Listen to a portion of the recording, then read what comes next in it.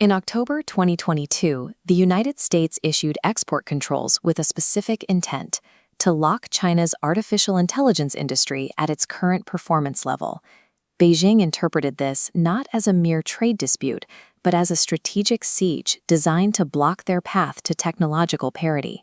Semiconductors are the physical prerequisite for every modern digital system. They process the data in your smartphone and calculate the flight paths of hypersonic missiles.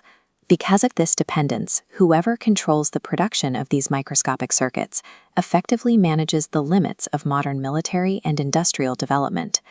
While the global demand for high-end technology is massive, the supply chain capable of producing the most advanced hardware is remarkably thin.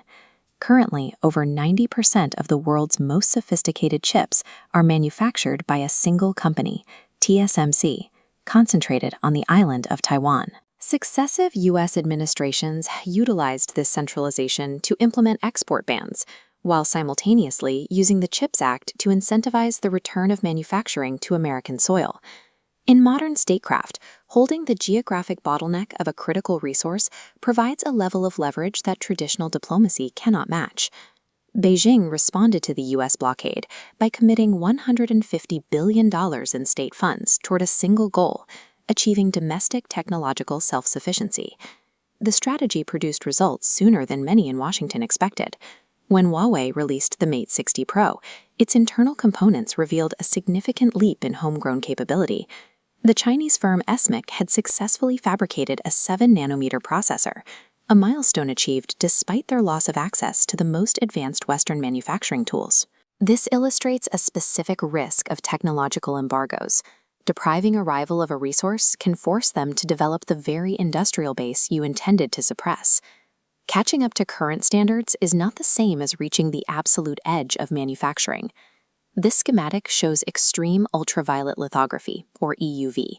It involves complex lasers reflecting off perfectly smooth mirrors to print circuits at a scale that defies traditional optics. These machines are the only viable tool for printing transistors at the 3-nanometer scale, a dimension measured in atoms. While capital can buy research, it cannot bypass the decades of precision engineering required to master these machines, leaving the most advanced manufacturing firmly in Western hands. Beyond the physical hardware, there is a second layer to the conflict: the software that instructs the chips how to think. NVIDIA's proprietary coding language, CUDA, has become the standard for artificial intelligence research worldwide, creating a massive ecosystem that is difficult to leave.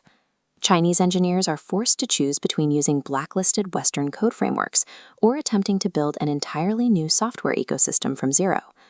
To compensate for lacking EUV hardware, Chinese firms are pushing older equipment into highly innovative configurations, attempting to achieve advanced results through sheer engineering persistence. Dominance in this conflict requires a monopoly over both the physical hardware and the code that makes it functional.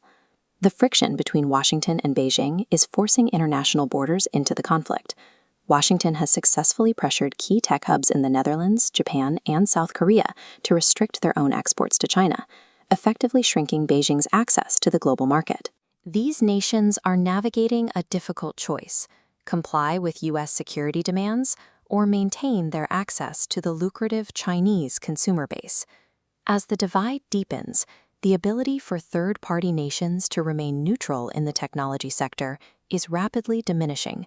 This shift has popularized a strategy called friendshoring, where states intentionally move their supply chains to countries that share their geopolitical alignment.